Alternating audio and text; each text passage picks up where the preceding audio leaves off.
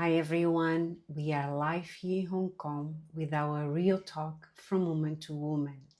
I hope and I pray that you are safe. We had this typhoon number 10 super typhoon today, and we pray that all of you are safe, you who are here in Hong Kong. If you need some assistance, if you went through difficult day and you need some assistance, we would like to be able to help you. Just let us know. You can write here on the comments below if you need any assistance, or you can private message us. All right. So we are giving continuation to this brand new series of Ruth. We are reflecting on the book of Ruth, and today in the morning, um, God has put in my heart that we should do a little revision of what we spoke in the last 2 days. So, last Monday, we started this series. We were speaking about Naomi's husband that took his family and went to Moab because there was a famine. There was no bread in Bethlehem, so he decided to look for a better life in Moab. Now, Moab was an ungodly place. And the thing is, one of the things we spoke um, last Monday was that although they went there for a better life and they accomplished that, but they remained there. And that's where God today moved me to speak about, because look at that. Um, in the introduction of this video, I wrote there is a way of prospering without God, right?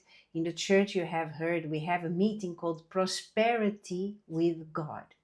But there is also a way to prosper without God. And all you need for you to prosper without God is you have to have some talent, you have to be to work hard, and you have to have discipline in saving, in investing in the right way, not go by hearsaying, not go by trends and schemes and scams, let's say like that.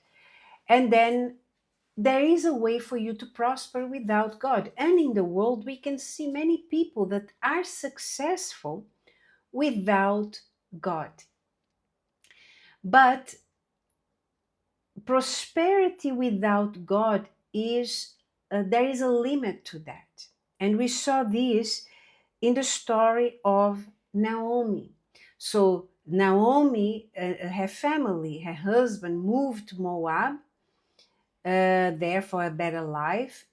After they accomplished what they wanted, they stayed there. Then eventually she lost her husband. She lost both her children, right? Both her sons. And then she found herself in a bitter place. She became bitter because of that. And then she started to think that God was the one that was bringing a problem into her life. Let me put here in the Bible. Let's see what she said. Sorry, my internet is a bit slow. I think everybody is like that, right? But look what it says.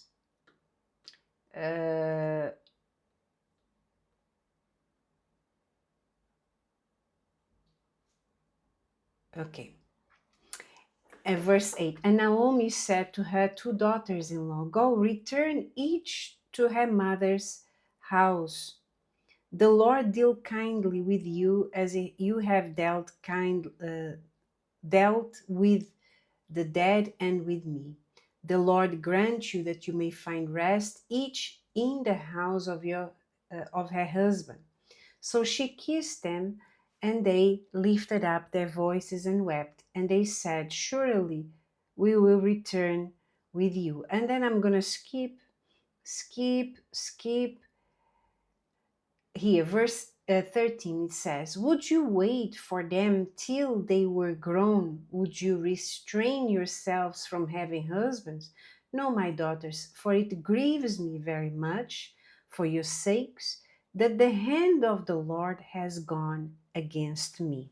So she had this wrong idea that God was inflicting the pain in her. But you see, that's prosperity without God. When you prosper with God, when you know why, you are successful. You don't abandon the faith. You are faithful to God in the little and in the much. You know that God is the one that is prospering you. So when an evil day comes, right, you know that God will bring you out of that situation. But when you prosper without God, when you work and you achieve things out of your wisdom and strength, it can come to a moment when a negative situation happens that you become bitter like her and you start to blame God for the wrong that happens. So there is a very big difference. Prospering with God and prospering without God. You can see, I wrote here some notes. I would like just to go back for me not to forget. Okay, so we can see sometimes we have people that take certain actions because the time requires them. For example, you came to work abroad. Some of you wrote there last time. You came out from one city, province to a city, and others you came from one country into another, and you, that was what the circumstances required of you. And maybe the circumstances until now requires that of you. But it's not for you to remain there, right? So sometimes people, they come to Hong Kong, they have money. Money is not the problem. They get the money. But because they are getting the money without God, they are prospering without God. In the same way the money comes in, the money goes out. They spend or with friends, sometimes with addictions, sometimes with emergencies. There is always an emergency. So the person cannot retain the prosperity, right? So there are people that come go out looking for a better life because the situation requires them to do that. But this is supposed to be temporary. So Elimelech going to Moab was supposed to be a temporary fix, a temporary, just for a moment. Was not supposed to be for a very long time. Even because you have seen that this happened to the children of Israel as well there in Egypt, right? When they were there, when they were there too long, Joseph was blessed, and then he passed on the blessing to their family, to Jacob and the brothers, to all the tribes. And then after, what happened? They became too comfortable in that place, and they end up forgetting about God. And then there was a time that they became slaves. How did they, from living in the best part of Egypt, Goshen, with a lot of place for cattle, how did they go from there to slaves? was because far away from God, they started to get used to the laws, to the what everybody was doing, and they became content with that, and until they became slaves. So I see this situation with Naomi. You know, I think maybe they got too comfortable there, too comfortable. Now they were prospering. She had her husband there, the children, and everything was smooth until not. And that's when you see that she did not invest in her spiritual life all this time that she was there in Moab, away from her homeland. What happened? She started to forget who God was. And that's why now she's blaming God for her misfortunes. Now, sometimes it can happen to us, it can happen to you. Maybe it's happened to you right now. You were seeking God, you were faithful to God, and then you had an opportunity to make a quick money, right?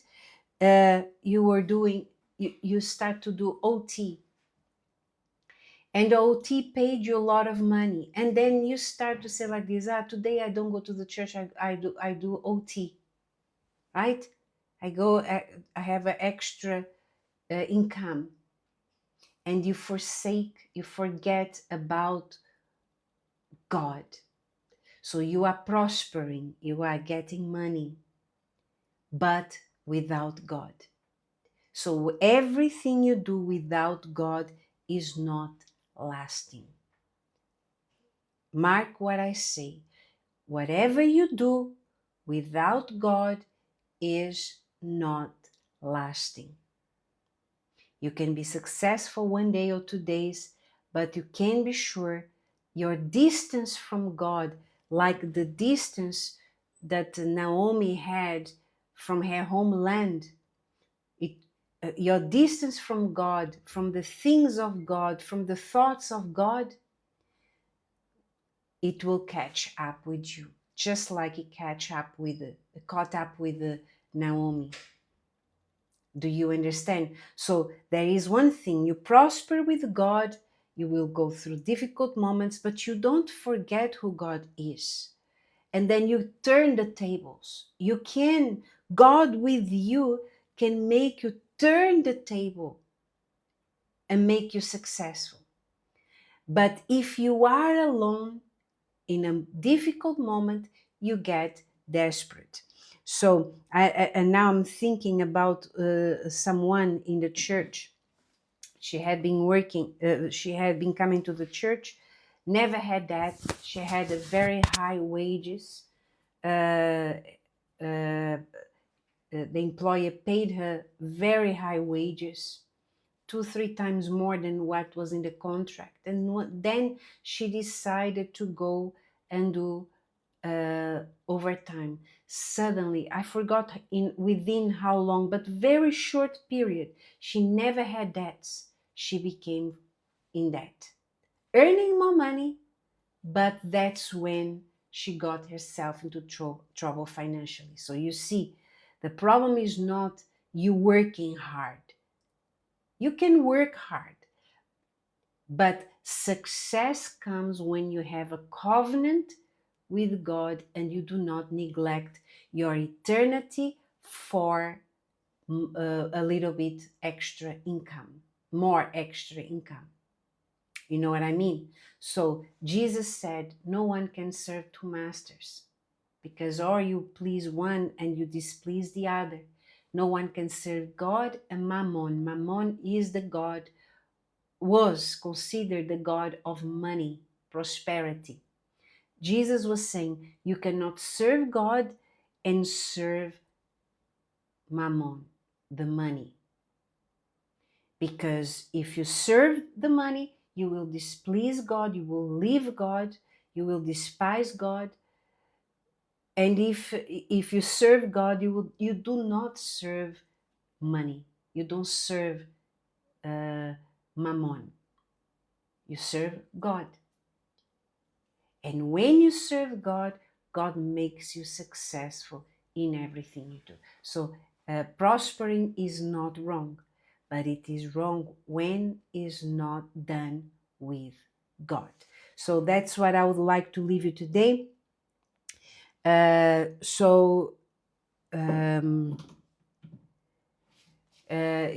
me check here the weather app. How is the weather app? Still typhoon number 8. Well, in my phone still appears typhoon number 8.